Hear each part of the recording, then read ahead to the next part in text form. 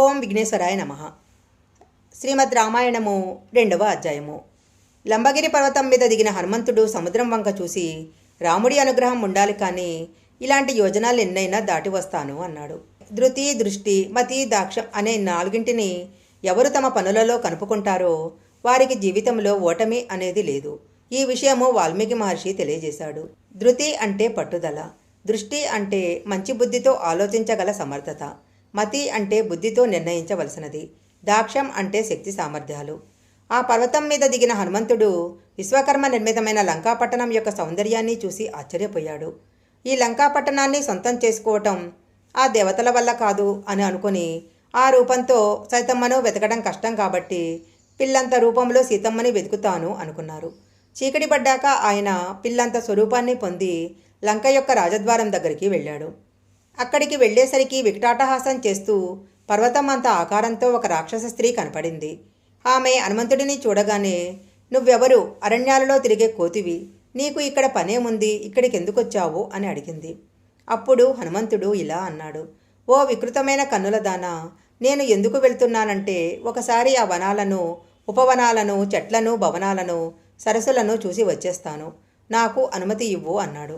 అప్పుడు ఆమె, నేను అనుమతి ఇవ్వటం కాదు, నన్ను గెలిచినవాడు మాత్రమే లోపలికి వెళ్ళగలడు, నువ్వు లోపలికి వెళ్ళటానికి వీలు లేదు అంది. సరే, ఇంతకు నువ్వెవరు అని హనుమంతుడు ఆ స్త్రీని ప్రశ్నించాడు. అప్పుడు ఆమె, నేను లోపల ఉన్న మహాత్ముడైన రావణుడి తరపున ఈ లంకాపట్టణానికి కాపలా కాస్తుంటాను అని చెప్పి చటుక్కున హనుమంతుడిని తన చేతితో ఒక దెబ్బ కొట్టింది. ఆ దెబ్బకు హనుమంతుడికి ఎక్కడలేని కోపం వచ్చింది. కుడి చేతితో కొడితే ఈమె చనిపోతుందని తన ఎడమ చేతితో ఆమెను ఒక గుద్దు గుద్దాడు. ఆ దెబ్బకు ఆమె కళ్ళు తేలేసి కింద పడిపోయింది. అప్పుడు ఆమె ఇలా అంది. నన్ను లంక అంటారు, నువ్వు నన్ను గెలిచావు కాబట్టి ఈ రావణాసురుడి బాధ నేను భరించలేకపోతున్నాను. కొన్ని వేల సంవత్సరాల నుంచి నన్ను విసిగిస్తున్నాడు. ఒక వానరుడు వచ్చి నిన్ను గెలిచినప్పుడు నీకు ఈ రావణుడి గొడవ వదిలిపోతుంది అని బ్రహ్మ నాకు వరం ఇచ్చారు. ఇప్పుడు నాకు అర్థమైంది. ఈ లంకలోని రాక్షసుల పని, రావణాసురుడి పని అయిపోయింది. ఇక నువ్వు లోపలికి వెళ్ళి సీతమ్మను కనిపెట్టు అని రాజద్వారం తెరిచింది. అప్పుడు హనుమంతుడు అక్కడ ఉన్న గోడ మీద నుంచి ఎగిరి లోపలికి ఎడమకాలు పెట్టి దూకాడు. లోపలికి వెళ్ళి ఆ లంకాపట్టణాన్ని చూడగా ఇది గంధర్వ నగరమా అన్నట్లుగా ఉంది. అక్కడున్న మేడలు, స్తంభాలు బంగారంతో చేయబడి ఉన్నాయి. అన్నిటికీ నవరత్నాలు తాపడం చేయబడి ఉన్నాయి. స్ఫటికములతో మెట్లు కట్టబడి ఉన్నాయి. ఎక్కడ చూసినా దిగుడుబావులు, సరోవరాలతో ఆ ప్రాంతం శోభిల్లుతుంది. ఆ ప్రాంతము చెట్లతో, పక్షులతో, పళ్లతో, నెమళ్ల అరుపులతో, ఏనుగులతో, బంగారు రథాలతో అత్యంత రమణీయంగా ఉంది. ఆ రాత్రిపూట ఆకాశంలో ఉన్న చంద్రుడు వెన్నెల కురిపిస్తూ లోకం యొక్క పాపం పోగొట్టేవాడిలా ఉన్నాడు. ఆ చంద్రుడి ప్రకాశంతో హనుమంతుడు ఆ లంకాపట్టణంలోని వీధులలో సీతమ్మ కోసం వెతుకుతున్నాడు. ఆ లంకాపట్టణంలో ఉన్నవాళ్లు దీక్షితులు. కొంతమంది తల మీద వెంట్రుకలు తీయించుకున్నారు. కొంతమంది ఎద్దు చర్మాలు కట్టుకుని ఉన్నారు. కొంతమంది దర్భలను చేతితో పట్టుకుని ఉన్నారు. కొంతమంది అగ్నిగుండాలను చేతితో పట్టుకున్నారు. ఒకడు పక్కవాడికి తన ఛాతిని చూపిస్తున్నాడు.